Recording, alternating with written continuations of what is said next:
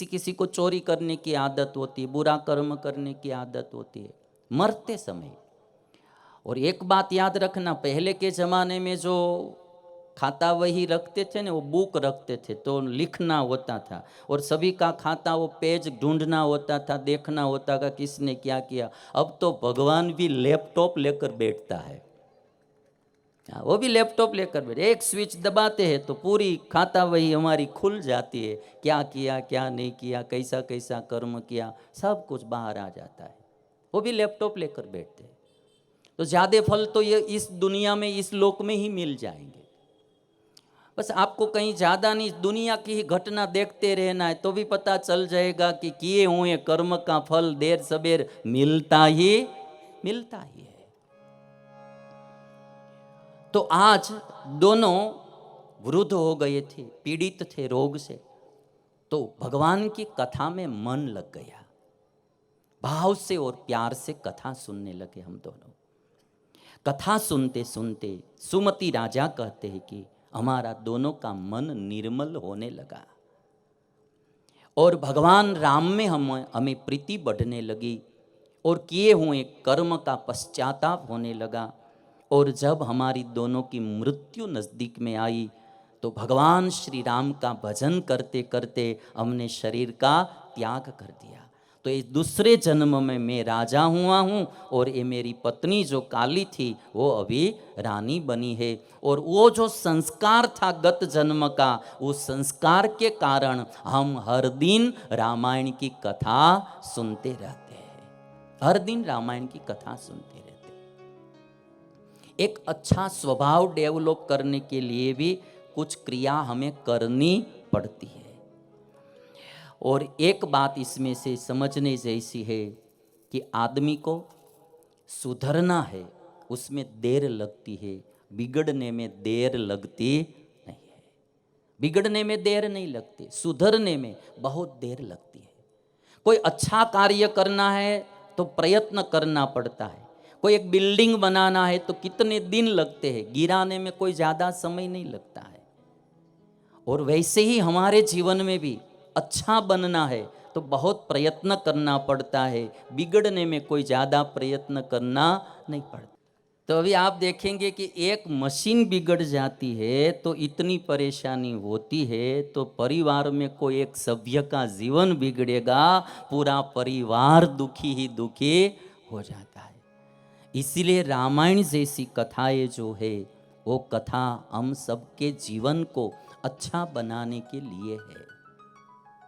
और आजकल तो मशीन की बात छोड़ो, मोबाइल ही ऐसी चीज़ आ गई है, बिगाड़ने के लिए किसी को छोड़ते ही नहीं है। ऐसी चीज़ आ गई है मोबाइल, छोटे बड़े सभी लोगों को मोबाइल इतना परेशान करता रहता है और विद्यार्थियों की विद्या बर्बाद कर देता है, बड़े बड़े लोगों को भी अपने जीवन में से नीचे गिरा देता है। ये मोबाइल से भी बहुत सावधान रहना। और जब से नेट फ्री में शुरू हो गया और सस्ता हो गया, तब से तो बात ही छोड़ो आप। और पूरी रात आदमी मोबाइल में ही देखता रहता है, मोबाइल में देखता रहता है। पहले के ज़माने में क्या था, आंख बंद करते थे तो नींद आ जाती थी, और अब क्या है कि नेट बंद करो तब ही नींद आती है। आंख बंद करने से नींद नहीं आएगी, नेट बंद करने से ही नींद आएगी। जब तक नेट बंद नहीं करेंगे तब तक नींद भी नहीं आएगी। और इतनी लत लग जाती है मोबाइल की आदमी को, खाए बिना चलता है, खाना नहीं मिलेगा तो चलेगा, किंतु मोबाइल के बिना तो चलेगा ही नहीं। और जब हम देखेंगे तो काम में भी किसी को ध्यान नहीं रहता है, मोबाइल में ही रहता है। अभी एक कार्टून देखिए आप,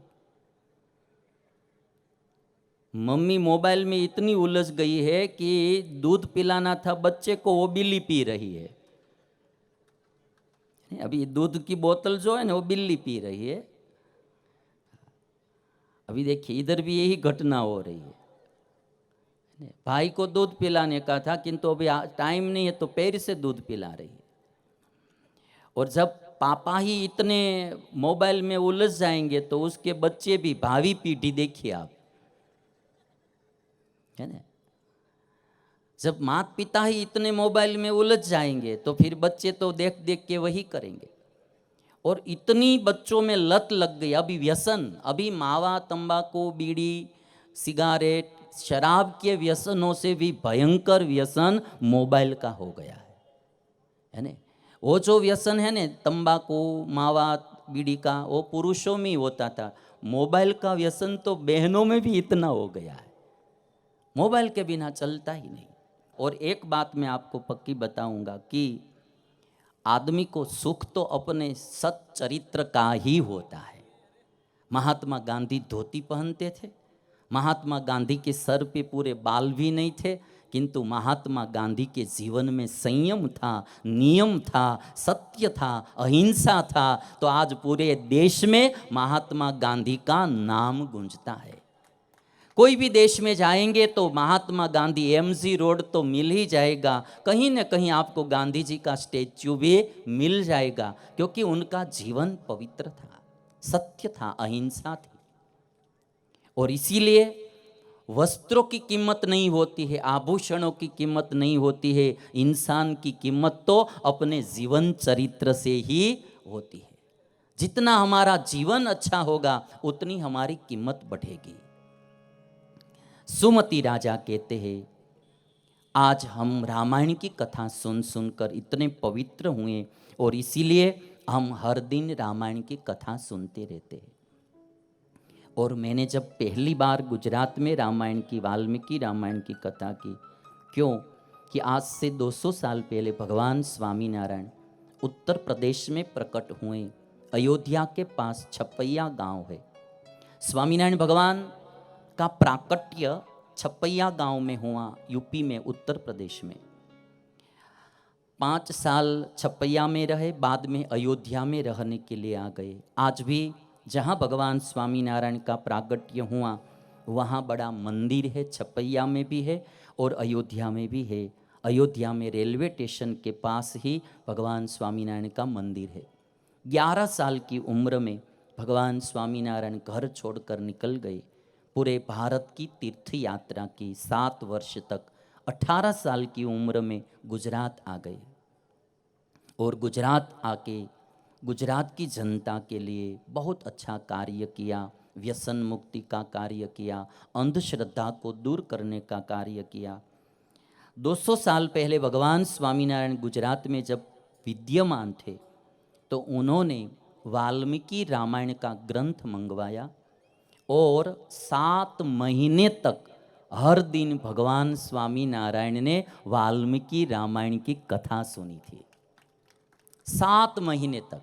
हमें तो केवल 7 दिन सुनना है, भगवान स्वामीनारायण ने 7 महीने तक वाल्मीकि रामायण के एक एक श्लोक की कथा 7 महीने तक सुनी।